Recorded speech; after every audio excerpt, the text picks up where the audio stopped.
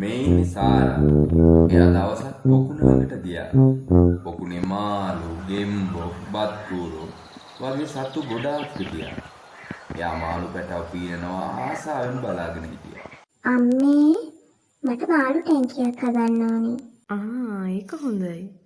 මාළු ටැංකියක් තිබුණා ගෙදර. එන්නකො දෙන්න. මේක තමයි තියෙන්නේ. ඉන්නකො මම මේසයක් ගේන්නකො තියන්න.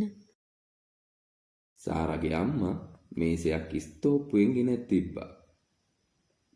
පුංචි සාරා එයාගේ මාළු ටැංකිය මේසේ උඩට ගෙනාවා. මාළු ටැංකිය තනියෙන් හදාගන්න පුළුවන්ද දුවට?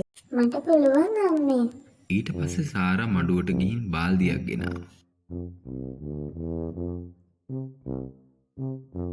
ඒ බාල්දියට ලස්සන ගල් කැට එකතු කළා.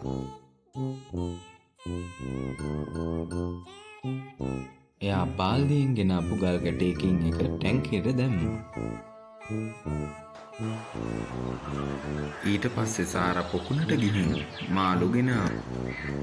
මාළු ටැංකියට බාල්දියේ තිබුණු වතුර ටිකත් එක්කම මාළුත් දාලා පස්සේ ජලජ පැලෑටි වලින් පිරෙව්වා. එයා හැමදාම ටැංකිය ගාවට ඇවිල්ලා ජලජ පැලෑටි අතරින් මාළු එහෙට මෙහෙට පීනන දිහා බලාගෙන හිටියා.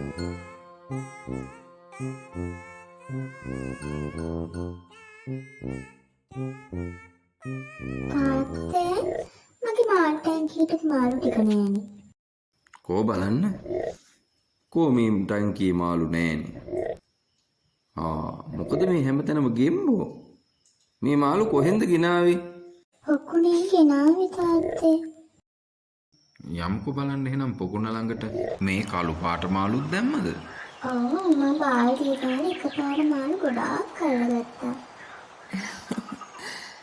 ඒක තමයි එහෙනම් මේ ගෙම්බ ගොඩක් හිටියේ ස්තෝප්පුවේ. ඔය කළු පාට ඉන්නේ ගෙඩියෝ. උන් තමයි ඔය ගෙම්බෝ වෙලා තියෙන්නේ.